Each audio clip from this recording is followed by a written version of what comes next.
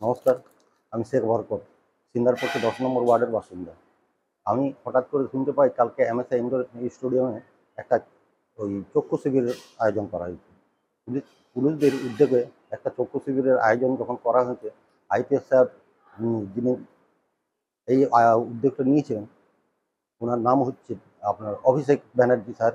উনি এই যে উদ্যোগটা নিয়েছেন, আমরা শুনলাম, শোনার পরে গিয়ে যখন দেখলাম, আমার এই ডান চোখটাতে প্রথম থেকেই আমার একটু ডিস্টার্ব ছিল। ডিস্টার্ব মানে কি, আমি দূরেরটাও দেখতে পারতাম না আর সামনেটাও দেখতে পারতাম না। এর আগে ভাবছিলাম যে ডাক্তার দেখাবো, অতটা টাকাই হয় না যে আমরা দেখাতে যাব। জানি তো অপারেশন করলে আমার অনেক টাকার দরকার, যার জন্য স্যার আমি একসঙ্গে টাকা জুটাতে পারি নাই, যার জন্য দেখাও হয়নি। তো তো অভিষেক স্যার যে উদ্যোগটা নিয়ে আমাদের গরিবের জন্য যেটা করেছে, আমি অশেষ ওনাকে ধন্যবাদ দেবো এবং আমি খুব খুশি।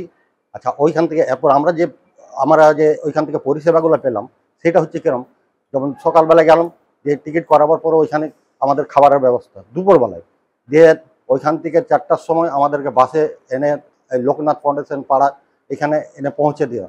এখানে আবার রাত্রেবেলায় টিফিন খাবার, টিফিন মানে কি, আসার সঙ্গে সঙ্গে চা বিস্কুট খেলাম, তারপর রাত্রেবেলায় খাবার খেলাম, সকালবেলা আবার চা বিস্কুট।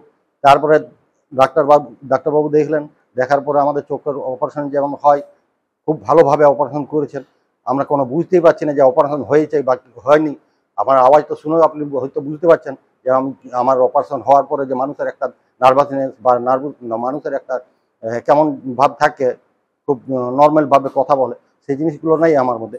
তার কারণ এত সুন্দর অপারেশনটা করেছে যে আমি মানে এর আগে তো কোনোদিন করিনি, তবুও আমাকে এত ভালো লাগছে। শুনেছিলাম তো অপারেশন হলে এই হয় ওই হয়, আমার কিন্তু একদম ভয় নেই, একদম আমি নার্ভাস নেই। আমার এখানে ফ্যাসিলিটি, এখানে যে যে সুবিধাগুলো আমরা পেয়েছি অনেক অনেক ভালো, অনেক ভালো। সব সব ডাক্তার, সব নার্স এবং বেড, এখানের বিছানাপত্র, এখানে পরিষ্কার পরিচ্ছন্ন, খুবই ভালো। আমি বলবো স্যার, উনি যে উদ্যোগটা নিয়েছেন, এই উদ্যোগে আপনারা সহযোগিতা করুন। টাউনের বাইরেও যারা আছেন, স্যারের সঙ্গে আপনারা সবাই মিলে সহযোগিতা করুন এবং এই পরিষেবাকে সাফল্যমণ্ডিত করে তুলুন।